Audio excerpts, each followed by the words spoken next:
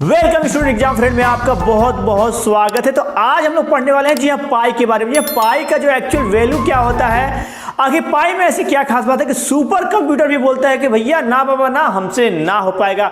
Super computer भी उसकी value निकालने में हार गया। सैकड़ों वैज्ञानिक अपनी पूरी जिंदगी लगा दी पाई का एक मान निकालने के लिए। क्या आपको पता है कि पाई डे किस दिन मनाया जाता है? जी हाँ, और पाई डे के साथ साथ मैं आपको ये बता, पाई डे के साथ साथ सर एल्बर्ट आइंस्टीन और सर स्टीफन हॉकिंग का आखिर पाई डे के साथ क्या रिलेशन है, और पाई का यूज हम लोग कहां कहां करते हैं, कैसे करते हैं, क्यों करते हैं, ये सारी चीजें मैं आज आप लोग इस वीडियो में मैं बताने वाला हूं।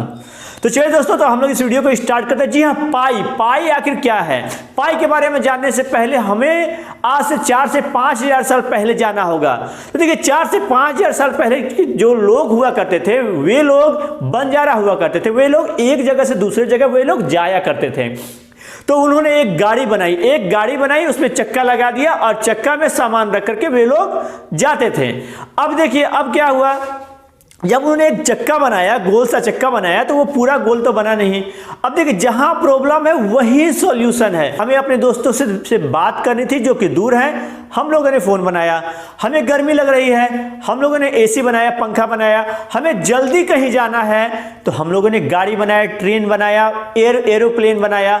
तो उसी तरह से जब वो चक्का पूरी तरह से गोल नहीं बन पाया तो वहां पर एक थ्योरी निकल के सामने आई कि हाँ जो पहिया जो होगा, ये जो पहिया जो होगा गोल सा, इस पहिए का जो सरकमफ्रेंस होगा यानी कि परिधि जो होगा वो 22 होगी। कब? जब इसका डायमीटर होगा 7, यानी कि डायमीटर होगा 7 सेंटीमीटर। तो ये आपका हो जाएगा, ये सरकमफ्रेंस जो होगा ये आपका 22 होगा। ठीक है, अब इसी रेशियो से छोटा चक्का और बड़ा चक्का बनने लगा। अगर आपका डायमीटर 14 है तो सरकमफ्रेंस कितना हो जाएगा? 44 हो जाएगा।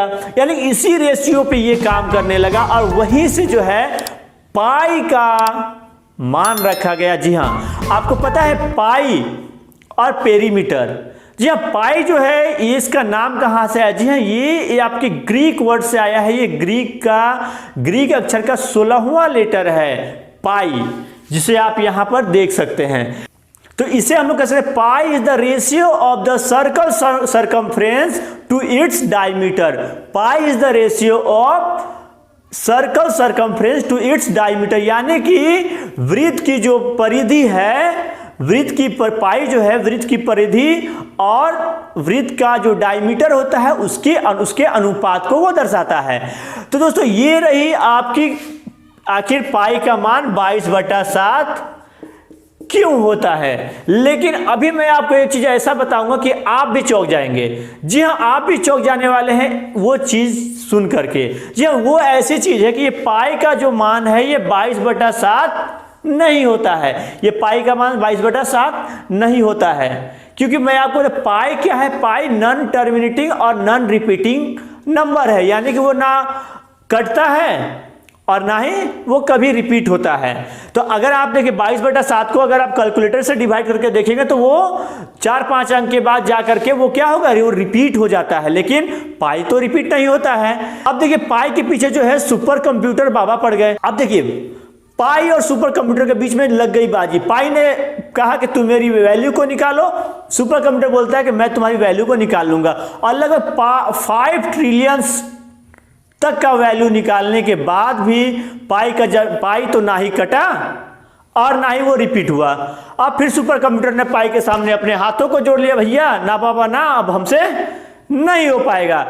अब देखिए पाई का जो वैल्यू है 22/7 का, तो आप अपने कैलकुलेटर से आप निकाल के देख चुके होंगे, वो 2-4 अंकों के बाद वो रिपीट हो जाता है। लेकिन पाई का एक्चुअल वैल्यू होता है क्या? लेकिन फिर भी हम लोग 22/7 को ही और 3.14 को ही हम लोग क्यों इस्तेमाल कर रहे थे? आखिर टीचर ने हमें, भैया हमने गलत लिखा तो फिर भी टीचर ने हमें नम मार्क्स क्यों दिया, और टीचर ने हमें गलत क्यों पढ़ाया? तो भैया यहाँ टीचर ने गलत नहीं पढ़ाया, ना ही आपका कोई गलती है, ना ही कि आपके टीचर्स का गलती है। देखिए एक्चुअली है क्या, यहाँ पे कुछ जो है पाई का मान आप कभी भी देखेंगे ये लगभग में होता है, ये एक्यूरेट उसका वैल्यू नहीं है।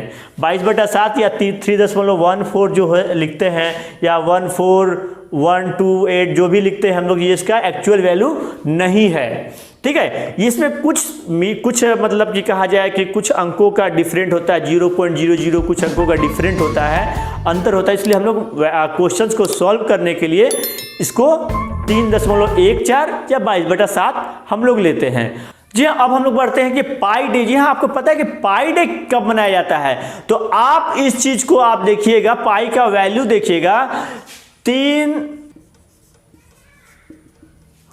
पाई का जो एक्चुअल वैल्यू आता है ये 3.14159, ठीक है। और इसके बाद और भी बहुत सारे नंबर आते हैं, वो कभी रिपीट नहीं होता है, ना ही वो कभी नंबर कटता है। तो अब देखिए, पाई डे को अगर आपको जानना है भैया पाई डे किस दिन मनाया जाता है, तो आप पाई की वैल्यू देखें, पाई की वैल्यू देखिए आप ध्यान से, आपको पता चल जाएगा कि भाई पाई डे किस दिन मनाया जाता है। तो देखिए यहां पाई का वैल्यू होता है 3.14, ये फर्स्ट वैल्यू हम इसका इस्तेमाल करते हैं। तो ये पाई डे मनाया जाता है 14 मार्च को, यानी कि तीसरा महीना 14 तारीख को। और इसमें एक और भी कहा एक घटना घटी है जो कि बहुत ही इंटरेस्टिंग है। क्या आपको पता है? तो देखिए, सर एल्बर्ट आइंस्टीन, जी हाँ, सर एल्बर्ट आइंस्टीन का जन्म भी 14 मार्च को ही हुआ था। और पाई की वैल्यू भी वही 3.14। और एक चीज, एक और इंटरेस्टिंग बात है कि भाई पाई डे में भी एक टाइम निर्धारित है कि इस टाइम को ही पाई डे मनाया जाता है। तो देखिए पाई डे जो, अब वो अगर आपको नहीं पता है तो उसके लिए भी फिर इसका वैल्यू देखिए आप। पाई का जो एक्यूरेट वैल्यू जो आ रहा है आप उसको देखते जाइए, 14 मार्च 1:59 पे पाई डे मनाया जाता है। और एक और घटना घटी थी, जी हाँ, 14 मार्च के दिन सर एल्बर्ट आइंस्टीन का जन्म हुआ था और 14 मार्च के दिन ही स्टीफन हॉकिंग जैसे महान वैज्ञानिक का निधन हुआ था। यानी कि एक वैज्ञानिक आता है तो एक वैज्ञानिक जाता है, यानी कि एक वैज्ञानिक का जन्म होता है और वही दूसरे वैज्ञानिक की डेथ होती है। तो आप इसे कुछ भी समझ सकते हैं कि आखिर ये कुदरत का कमाल है या भगवान का कमाल है।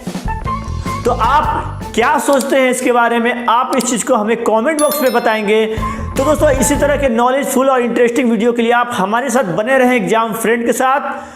तब तक लिए हम लोग फिर मिलते हैं अगले वीडियो में। जय हिंद।